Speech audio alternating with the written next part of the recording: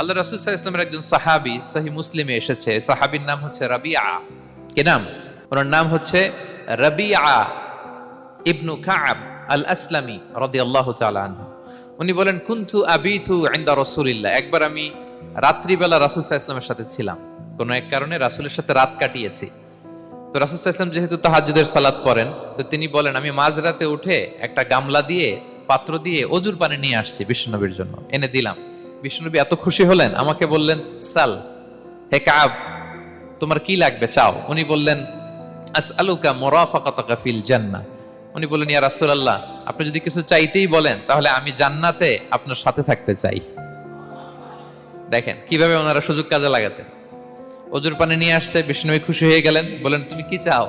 বলে, আসআলুকা মুরাফাকাতাকা ফিল জান্নাহ। বড়টাই চাইছে, ছোটখাটো জিনিস চাই নাই।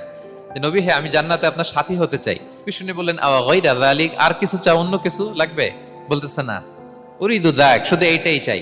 তখন বিষ্ণু সাল্লাল্লাহু আলাইহি ওয়াসাল্লাম বললেন, আইন্নি আলা নাফসিকা বিকাসরাতি সুজুদ। এই মর্তবা যদি তুমি চাও তাহলে বেশি বেশি সেজদায় লুটিয়ে থাকো। আলাইকা বিকাসরাতি সুজুদ, বেশি বেশি সেজদা দিও। যদি সেজদায় পড়ে থাকতে পারো তাহলে জান্নাতে আমার সাথী হতে পারবা। আল্লাহু আকবার।